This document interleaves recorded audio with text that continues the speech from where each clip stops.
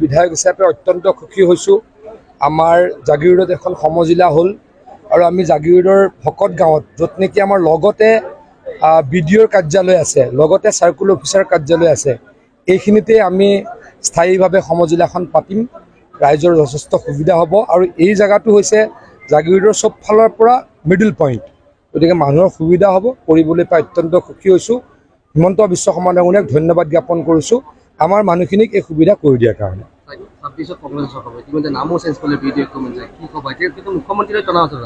চাওক, 14 চনৰ পৰা এটাও ইলেকশ্যনত আমি হাৰা নাই আৰু যিসকল নেতাই কৈ আছে যে 26ত চৰকাৰ বনাম, তেওঁলোকে প্ৰায় 3টামান ইলেকশ্যনত একেৰাহে হাৰিছে।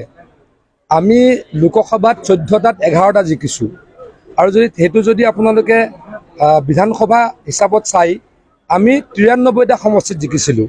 গতিকে আমি জিকোঁ, তেওঁলোকে আকাশত চাং পাতে। গতিকে তেওঁলোকে আকাশত চাং পাতি থাকক, সপোনত চৰকাৰ বনাই থাকক। আমি আকৌ চৰকাৰ বনাম, আমি ৰাইজৰ কাৰণে কাম কৰিছোঁ।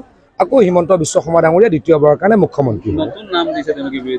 লাভ নাই, তেওঁলোকে ভাবিছে চাগে আগৰ নামটোত ফ্লপ হ'ল, আগৰ নামটোত চাগে অলপ কাৰোবাক চোৱাইছে নেকি, যে আগৰ নামটোত কিবা এটা গণ্ডগোল আছে, জ্যোতিষীক চোৱাইছে চাগে। আগৰ নামটোত চাগে জ্যোতিষীক চোৱালে, জ্যোতিষীয়ে ক'লে বিৰোধী শব্দটো বেয়া, গতিকে চাগে পজিটিভ কিবা এটা শব্দ ল'ব লাগে, সেইকাৰণে কিবা সন্মিলিত বুলি কৈছে নেকি। যিগৰাকী ব্যক্তিয়ে এনাউন্স কৰিছে তেওঁ একেৰাহে বহুত ইলেকশ্যন হাৰিছে। প্ৰথমে MLA হৈ লওক, তাৰ পাছত চৰকাৰ বনাবলৈ সপোন দেখক।